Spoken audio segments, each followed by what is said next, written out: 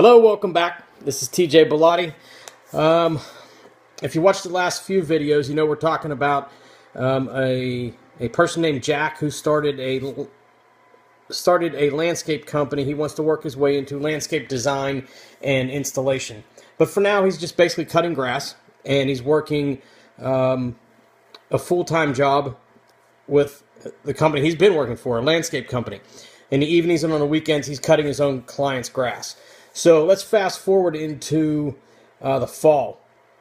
He's worked all summer, both jobs. He is stretched pretty thin, working pretty tired, but he's building a base. He's building clients. He has his own clientele that he's starting to, it's starting to really infringe on his time. So his plan is to plan out the next 6 months so that come spring, he's on his own.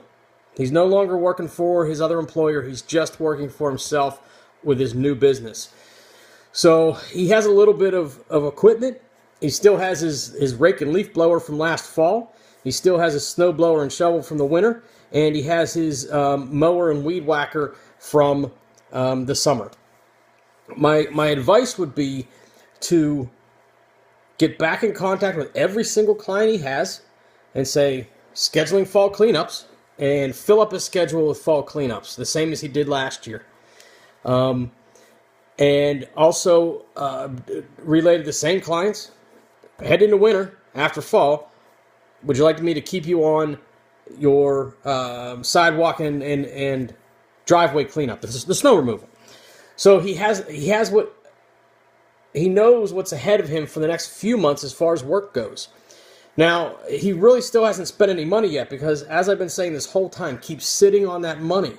Because once you transition from an employee at a company to simply a business owner, you're going to need some cash. So I would suggest that you get through fall, get through winter, working like you did last year, with the goal that come March, you are going to slam marketing on every aspect, every avenue that you have to build your grass cutting client base even bigger. Now, in preparation for that, I would suggest upgrading equipment a little bit. Look for a used zero turn. Look for a used riding mower, whatever landscape companies use. I don't know the landscape company, like I said. So if come March, he's able to pick up a little bit more equipment, work a little bit faster, do a more professional job, the word of mouth, the referrals will pick up. In addition to regular marketing, which we're going to talk about, he'd be able to transition just into his own business. Now, here's what's going to happen. This past spring and this past summer, he was working 60, 70 hours a week, working for the company, his employer, and working for himself. Well, this summer, or this spring, he's only going to have his own clients. He's going to go from working 70 hours a week of pushing a lawnmower down to maybe 30. All of a sudden, there's going to be all this extra time. That extra time needs to be used for marketing. Needs to be used for building the business. Don't sit back and breathe a sigh of relief and think, all right, the rest is going to take care of itself, because it's not. You always have to be marketing for the next customer, for the next clients. So that's how you kind of transition from being an employee and working for yourself to simply working for yourself. You kind of transition over. Now, again, it's different with every industry. Not all industries have a downtime in the winter like lawn care would have.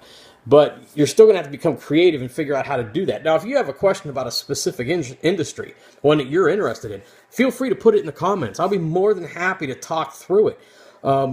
There are creative ways to begin those transitions, to sandbag some money so that you can carry yourself until you get your client base. So if there's any questions you guys have, please feel free. Throw them in the comments. I'll get back to them as quick as I can. Make sure you subscribe to the channel. The next video, I'm going to start getting into some business concepts and some of my real life situations that I've been in, how we've survived for so long. 25 years is a long time to be in business for a small company. You have to know some tricks and some have some resiliency. So stop back. We'll talk about some of those things, and we'll talk to you soon. Take care.